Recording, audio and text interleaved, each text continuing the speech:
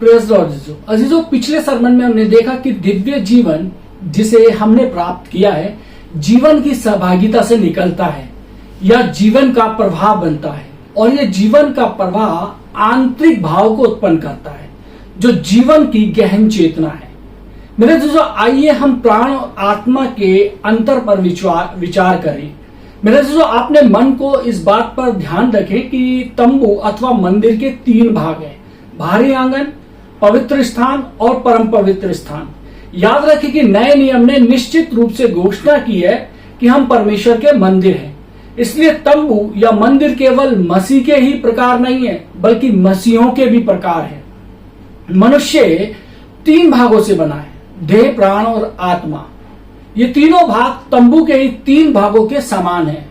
देह जो है वो बाहरी आंगन है, प्राण पवित्र स्थान और आत्मा परम पवित्र स्थान की तरह है।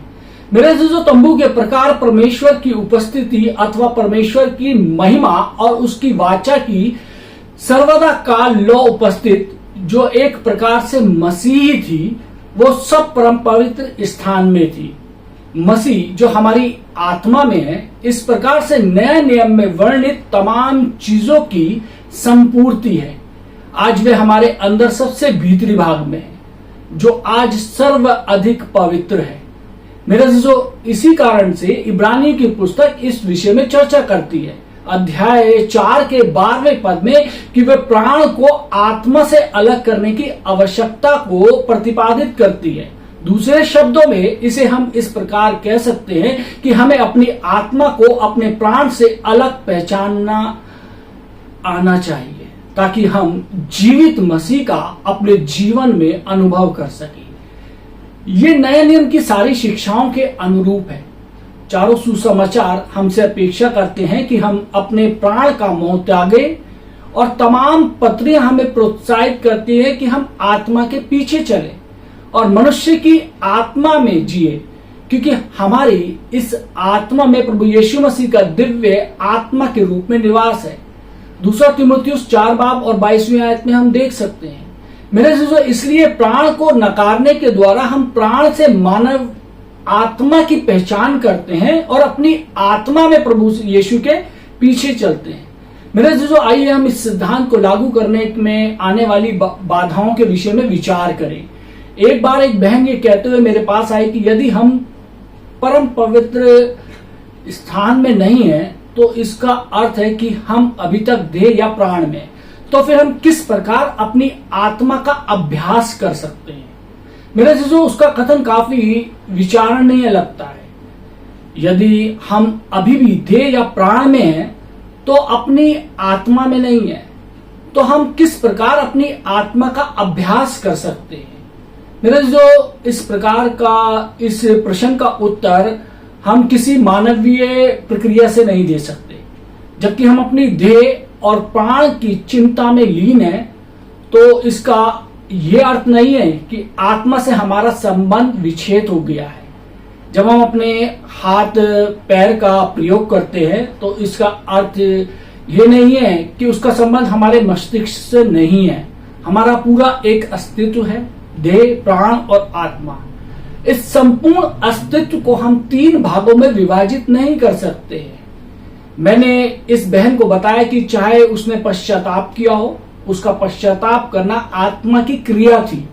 सच्चे पश्चाताप के लिए एक टूटे हुए पश्चातापी आत्मा की आवश्यकता होती है। पश्चाताप यदि केवल मानसिक रूप में हो तो वह गहरा और सच्चा पश्चाताप नहीं है। हमें उसका गहन अनुभव आत्मा में होना चाहिए। जब हमने प्रभु यीशु मसीह को ग्रहण किया तो हमने अपनी आत्मा का प्रयोग किया। यद्यपि उस समय हम आत्मा शब्द से उतने परिचित नहीं थे, प्रभु के अनुभव के प्रत्येक चरण का संबंध हमारी आत्मा से है। मेरे अजीजों, जब हमने प्रभु यीशु मसीह को अपने उद्धारकर्ता के रूप में स्वीकार किया तो हम क्रूस के पास आए, जब हमने छुटकारा प्राप्त किया। तंबू के रूप में क्रूस को तंबू का नमूना बनाया गया है जो बाहरी आंगन में स्थापित था।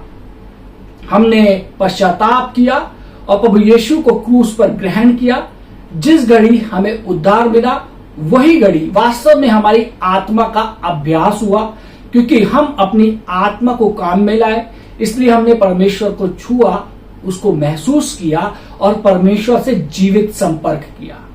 परंतु बाद में शायद हम आत्मा के चलाए नहीं चले, या यहां तक कि प्राण के चलाए भी नहीं चले, किंतु संसारिकता के चलाए चले। हां, हम क्रूस पर बचाए गए, जिसका अर्थ यह हुआ कि हम वेदी के पास से गुजरे जो बाहरी आंगन में थी, किंतु हम ना तो अपनी आत्मा से जिए, ना ही अपने प्राण से, किंतु संसारिक मार्गों के अनुसार जिए। मेरे से जो आप पूछ सकते हैं कि ये संसारिकता क्या है। एक भाई था, उसके विषय में बताने के द्वारा मैं आपको समझाता हूं कि जो मूलतः अदालत में काम करता था, एक कोर्ट में काम करता था। एक दिन उसे प्रार्थना सभा में लाया गया, जहां उसे उपदेश दे रहा था। सभा पे पश्चात ये अविश्वासी मेरे पास एक संसारिक प्रश्न लेकर आया, पास्टर जी कृपया मुझे बताएं कि परमेश्वर पुरुष है या स्त्री। उसका एक प्रश्न था। कोई बात नहीं, पहले तो मैंने उसे थोड़ा बहुत परमेश्वर और मसीह के विषय में बताया। फिर उसने कहा कि वे उपदेशों के वास्तव में अत्यंत प्रभावित था, परंतु उसे नहीं मालूम कि इस पर विश्वास कैसे करना है। मैंने उसे बताया कि वो मसीह को ग्रहण करने के लिए अपने को तैयार करे, क्योंकि मसीह एक आत्मा है और वो सर्वव्यापी है। मैंने कहा आप घर जाए, घर के द्वार बंद करें, घुटने टेके और अपने पापों को स्वीकार करें और स्वयं को मसीह के प्रवेश के लिए खोल दे।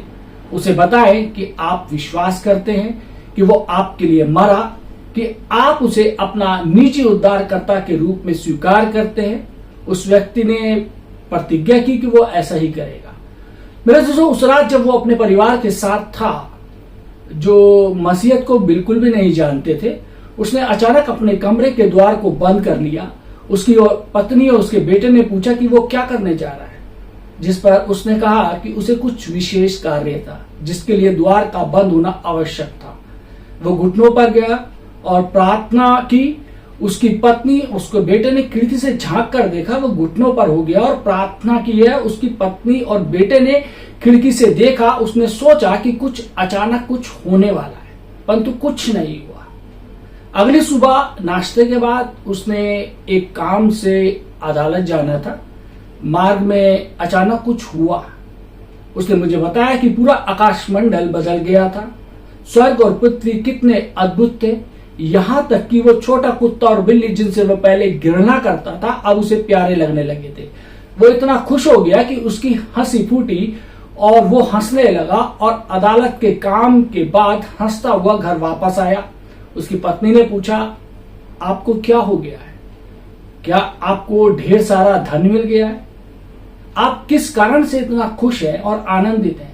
उसने उत्तर दिया, मुझे नहीं मालूम, मैं तो केवल आनंदित हूं। आकाशमंडल की समस्त वस्तुएं बदल गई हैं। अगले दिन उसकी मुलाकात एक युवा भाई से हुई, जिसने उसको अनुभव दिलाया कि वह वास्तव में बचा लिया गया है। हालांकि वो बचाया गया था, वो फिर से संसारिकता में लिप्त होते चला गया। जीवन के बाहरी आंगन को वो अभी तक पार नहीं कर पाया था। उसके तमाम ज्ञान तंतु उसी प्रकार काम कर रहे थे जैसे कि पहले थे। फिर दोबारा उसे कलीसियाई सभा में लाया गया। उसने वहां देखकर मैं खुश हुआ। सभा के पश्चात उसने कहा, पास्टर जी आप एक अच्छे वक्ता हैं और साथ ही साथ वाक्पटुता भी हैं। आपने स्नातक की उपाधि कौन सी पाठशाला से प्राप्त की है? उसकी इस टिप्पणी से स्पष्ट रूप से संसारिकता, जिसे कह सकते कि संसारिक औपचारिकताएं झलक रही थी। उसके बाद उन्होंने मेरे साथ कलीसिया संबंधित बहुत सी बातें की। उन्होंने कहा कि आपने इतने लोगों को कैसे जमा कर लिया, आपने कौन सा तरीका अपनाया? उसका यह रवैया पूर्ण रूप से संसारिक दृष्टिकोण से था। फिर उसने मुझसे कहा, पास्टर जी मैं एक मसीही बनना चाहता हूं, कृपया मुझे इसका तरीका बताएं। क्या मुझे कोई एप्लीकेशन देनी है या फिर कुछ कागजों पर दस्तखत करने होंगे, साइन करने होंगे? हाँ, इस बात को सही ढंग से समझने में मैंने उसकी सहायता की, परंतु उसने मुझे फिर पूछा, मान लीजिए कि मैं आपकी कलीसिया का एक सदस्य बन जाता हूं, मुझे कितना धन वार्षिक रूप में आपकी कलीसिया को देना होगा? और मेरे पूरे परिवार का नियंत्रण क्या कलीसिया करेगी? क्या आपके द्वारा मेरी पत्नी और बच्चों को बहुत से नियम बताए जाएंगे? ये क्या है? एक प्रश्न हमारे सामने आता है। ये संसारिक तरीका है। ये व्यक्ति वास्तव में बचाया गया था, किंतु इस सारी चीजों ने प्रमाणित किया कि वह अभी भी बाहरी आंगन में था, अभी भी मिस्र में था। उसने फसह के पर्व का अनुभव किया, किंतु रक्त सागर को पार नहीं कर पाया। वो अभी तक इसी संसार में था। अगले वर्ष कुछ नहीं हुआ, वो वास्तव में बचाया गया था, किंतु वो पूर्ण रूप से इसी संसार में था। 3 वर्षों तक कुछ नहीं हुआ। फिर वह पुनर्जीवित किया गया। किसी चीज ने उसमें क्रांतिकारी परिवर्तन किया। एक दिन प्रार्थना करते समय उसने संसारिकता की समस्त चीजों का परित्याग किया। उसने कहा, प्रभु, मैं अपना ज्ञान, अपना पद, अपना परिवार और संसार की प्रत्येक चीजों का परित्याग करता हूं। प्रभु, अब से लेकर हमेशा तक मैं आपसे प्रेम करता रहूंगा। 3 वर्षों पूर्व मैं आपके द्वारा बचाया गया था, परंतु मैं अब महसूस करता हूं कि मुझे तमाम संसारिक वस्तुओं का परित्याग करना है। उसने संसारिक बातों को और उन चीजों को छोड़ दिया जो वो करता था। ऐसा करने के द्वारा इस भाई ने प्रथम आवारण को पार करते हुए बाहरी आंगन से गुजरते हुए पवित्र स्थान में प्रवेश किया। उसी दिन से उसने मालूम किया कि किस प्रकार मसीह के साथ संगति करना है और मसीह को किस प्रकार अपने प्रतिदिन के मन्ना के रूप में पवित्र शास्त्र के पाठन द्वारा ग्रहण करना है। प्रभु का वचन उसके लिए एक अत्यंत मूल्यवान और मधुर वस्तु बन गया था। प्रतिदिन वो पवित्र शास्त्र में से भोजन के रूप में कुछ ग्रहण करने लगा। उस दिन से उसने न केवल बांटे जाने वाली रोटियों का आनंद लिया, बल्कि वो आंतरिक रूप से भी प्रकाशमान हुआ। तब फिर उसने प्रार्थना में आनंद पाया। उसने मुझे बताया, पास्टर जी, जब कभी भी मैं आंखों को बंद करके प्रार्थना करता हूं तो मुझे ऐसा महसूस होता है कि मैं स्वर्ग में हूं। मेरा जीजो, ये क्या है? ये जले हुए लोबान की मधुर सुगंध है। उसने परमेश्वर की उपस्थिति को महसूस किया, क्योंकि उसे मसीह का अनुभव प्रतिदिन के भोजन के रूप में, आंतरिक प्रकाश के रूप में और पुनरुत्थान के मधुर स्वाद के रूप में किया था। मेरे जीजो, इस स्थान में हमें अत्यंत स्पष्ट होने की आवश्यकता है, इसका अनुभव कहाँ हुआ। उसने प्रथम आवारण को पार करते हुए बाहरी आंगन से पवित्र स्थान में प्रवेश किया। उसने दूसरा आवारण पार नहीं किया। पहला, उसके पापों को क्रूस की वेदी पर कुचला गया, किंतु संसार और संसारिक वस्तुएं अभी भी उस पर भारी थी। 3 वर्षों पश्चात प्रथम आवारण में से गुजरने के द्वारा उसने संसार और उसकी वस्तुओं का परित्याग किया और पवित्र स्थान में प्रवेश किया। दिन प्रतिदिन उसने मसीह को अपने जीवन के रूप में, अपने भोजन के रूप में, अपनी ज्योति के रूप में और उसके पुनरुत्थान के मधुर स्वाद के रूप में अनुभव करना आरंभ किया। मेरे जीजो, परंतु वह अभी भी परम पवित्र स्थान में नहीं था। पाप और सांसारिक वस्तुएं समाप्त हो चुकी थी, किंतु एक चीज अभी भी शेष थी, शरीर। इस प्रकार अलगाव का एक और पर्दा था। मेरे जीजो, ये भाई 2 वर्षों से बाहरी मनुष्य के टूटने का अनुभव कर रहा था। बाहरी मनुष्य का टूटना द्वितीय पर्दे को फाड़ रहा था। इसी को शरीर का तोड़ना या फाड़ना कहा जाता है। इस अनुमान से वो अपनी आत्मा को वास्तविक रूप से पहचान रहा था। इस प्रकार वो न केवल अपनी आत्मा को पहचान रहा था, बल्कि दूसरों की भी, क्योंकि अब वे आत्मा में पहले से अधिक शक्तिशाली हो गया था। मेरे अजीजों, जब उद्धार के द्वारा हमने बाहरी आंगन में प्रवेश किया तो वहां पापों को कुचला गया। जब हमने पवित्र स्थान में प्रवेश किया तो संसार को मारा गया। यदि हमने परम पवित्र स्थान में प्रवेश नहीं किया है तो अभी भी हमारा अहम शेष है। मेरे जीजो, दिन प्रतिदिन हम मसीह को मन्ना के रूप में प्राप्त करने का आनंद मना सकते हैं, क्योंकि वे स्वर्गीय प्रकाश के रूप में है और पुनरुत्थान की मिठास के रूप में है, किंतु यह अभी भी छिछला है, क्योंकि पवित्र स्थान में प्रत्येक वस्तु खुली प्रदर्शित की जाती है। बांटे जाने वाली रोटियां गुप्त मन्ना नहीं है, प्रकाश गुप्त व्यवस्था नहीं है और लोबान गुप्त पुनरुत्थान की छड़ी नहीं है। जब हम सभा में आते हैं तो सब लोग देख सकते हैं कि हम मन्ना हमें दिख रहा है, प्रकाश चमक रहा है और लोबान की मधुर सुगंध फैल रही है। इस प्रकरण में हमें ऐसा नहीं सोचना चाहिए कि हम बहुत अधिक गहन हैं। कई बार जब हम लोबान की मधुर सुगंध के साथ सभा में आते हैं तो कुछ लोग कहेंगे कि कितना अच्छा भाई है, कितनी अच्छी बहन है। जब कभी वे कुछ बोलने के लिए मुख खोलते हैं तो उपस्थित प्रत्येक जन को मसीह की मधुरता का अनुभव होता है। मेरे अजीजों, परंतु ये गुप्त मन्ना नहीं है, न ही गुप्त व्यवस्था है। पवित्र स्थान के इन अनुभवों को नकारा नहीं चाहिए, इसके विपरीत हमें उनको आदर करना चाहिए। प्रभु की स्तुति हो। अनेक लोग मसीह को अपने प्रतिदिन के मन्ना के रूप में ग्रहण करके आनंद मनाते हैं। दिन प्रतिदिन अपने प्रकाश के रूप में और पुनरुत्थान की मधुर मिठास के रूप में वो मसीह का आनंद करते हैं, परंतु हमें अनुभव होना चाहिए कि हमारा अंतिम लक्ष्य नहीं है। ये कनान की भूमि नहीं है, ये केवल बयाबान जंगल है जहां जीवित चट्टान है जो जीवित जल के साथ बह रहा है और जहां मसीह हमें प्रतिदिन का मन्ना दे रहा है। स्वर्गीय मन्ना खाने के कारण और चट्टान में से जीवित जल पीने के कारण से ही ये प्रमाणित नहीं कि हम परमेश्वर के निशान में हैं।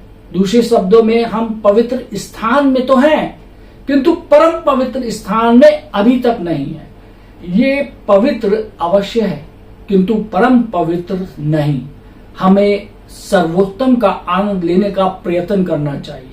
इतना ही काफी नहीं है कि हम मिस्र से बाहर निकल आए, ये तो एक नकारात्मक पहलू है। इससे भी अधिक कुछ सकारात्मक है। हमें एक अच्छी भूमि में जाने की आवश्यकता है जो एक प्रकार से हमारी आत्मा में विद्यमान संपूर्ण मसीह है। ना तो मिस्र में फंसे का मेमना और न ही बयाबान जंगल में प्रतिदिन का मन्ना कनान देश की भूमि की समानता कर सकता है। कनान देश की उत्तम भूमि में मसीह का केवल एक पहलू था, एक भाग ही सम्मिलित नहीं है बल्कि संपूर्ण मसीह है।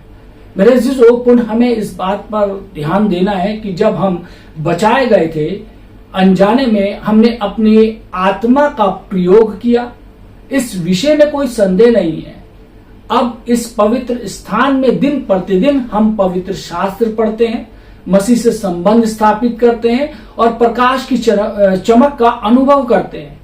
अपनी आत्मा के उपयोग के द्वारा हमें इन सब का अनुभव करना चाहिए, चाहे हम एक ऐसे व्यक्ति हो जो अपनी आत्मा की उपेक्षा अपने प्राण की अधिक चिंता करता हो। संभवतः अपनी आत्मा के चलाए हम प्रातः काल पवित्र शास्त्र का पाठन करते हैं और इस प्रकार प्रतिदिन के मन्ना के रूप में मसीह को खाते हैं, परंतु जहां तक हमारा स्वयं का संबंध है, हम अभी तक आत्मा में नहीं हैं, हम अभी तक प्राण में हैं। अंत में एक दिन हमें अनुभव होगा कि हमें अपने स्वयं को कुचलना होगा, उसे तोड़ना होगा। जब हमें ये अनुभव होने लगेगा कि हम भी क्रूसित हो चुके हैं तो हम क्रूस को स्वयं पर लागू करेंगे और जब अनुभव के द्वारा कि हमारा अहम गाड़ा जा चुका है तो उस समय तक हम एक व्यक्ति के रूप में आत्मा में स्थानांतरित हो जाएंगे। तो उस समय हम न केवल अपनी आत्मा का प्रयोग करेंगे, प्रभु से संपर्क स्थापित करने के लिए करेंगे, बल्कि हमारा पूर्ण अस्तित्व ही आत्मा में होगा। मेरे अजीजों, तो इस युद्ध में मुख्यतः 3 मुख्य बिंदु हैं जिन्हें हमें पार करना जरूरी है। वेदी पहला आवारण और दूसरा आवारण वेदी पर हमारे सारे पापों का हिसाब लिया जाता है। पहले आवारण में संसार का हिसाब किया जाता है और दूसरे आवारण में हमारा जो एक संसारिक जीवन है, एक स्वाभाविक मनुष्य है, एक बाहरी मनुष्य है, शरीर है, हमारा अस्तित्व है, इन सब का हिसाब होता है। फिर हम एक ऐसे व्यक्ति बन जाते हैं जो आत्मा में है। ये केवल हमारी आत्मा के अभ्यास से परे है जो हम प्रभु का कुछ अनुभव करने के लिए करते हैं। मेरे अजीजों, परमेश्वर चाहता है कि हम उसका अनुभव करें। परमेश्वर चाहता है कि हम उसके साथ संगति करें। हम उस भीतरी भाग पर जोर दें जो हमारी आत्मा कहलाता है। हम मंदिर के अति पवित्र स्थान के अंदर प्रवेश करने वाले हो सके, यानी कि अपनी आत्मा के उस अति पवित्र स्थान में प्रवेश करने वाले बन सके जहां परमेश्वर विद्यमान है। वचन कहता है, क्या तुम नहीं जानते कि तुम परमेश्वर का मंदिर हो। मेरे अजीजों, परमेश्वर हम में वास करता है और उस तक पहुंचने के लिए इन तमाम अवारणों पर से ढक्कनों को हटाना पड़ेगा, हमें गुजरना पड़ेगा। और जब हम इन अवारणों को हटाते हुए, उन बाधाओं को हटाते हुए उस तीसरे भाग के अंदर प्रवेश करते हैं जो अति पवित्र कहलाता है, तब हमारी मुलाकात परमेश्वर के साथ होती है। परमेश्वर चाहता है आपसे मुलाकात करना। क्या आप तैयार हैं? मेरे अजीजों, यदि तैयार हैं तो परमेश्वर से प्रार्थना कीजिए, उससे मिलिए। परमेश्वर आप सबको आशीष दे। आमीन। आइए हम दुआ मांगे। महान सामर्थी पिता परमेश्वर, धन्यवाद देते हैं आज के सुंदर वचन के लिए, जिसमें हमने सीखा कि किस प्रकार से परमेश्वर उस भीतरी भाग के अंदर जाके हम परमेश्वर तुझसे मिल सकते हैं। और जो जो बाधाएं हमारे इन 3 भागों के अंदर हैं प्रभु जी, उन तमाम बाधाओं को प्रभु जी आप हमारे जीवन से दूर कीजिए, ताकि खुदावंद परमेश्वर हमारा पहुंच उस अति पवित्र स्थान तक हो सके जहां आप हैं, जहां पर हम आपसे वार्तालाप कर सके, आपसे बातचीत कर सके। प्रभु जी हमारे को इतनी सामर्थ्य अपनी अगुवाई में लेके चले, पवित्र आत्मा की सामर्थ्य से भर दें प्रभु जी। जितने लोगों ने खुदावंद आज का ये वचन सुना है, ये वचन उनके लिए लाभकारी हो, ये वचन उनके लिए तुझसे मिलाप कराने वाला वचन हो परमेश्वर। उनके परिवार पे, उनके घरों पे प्रभु जी तेरी आशीष हो। यीशु मसीह के नाम से मांगते हैं, आमीन।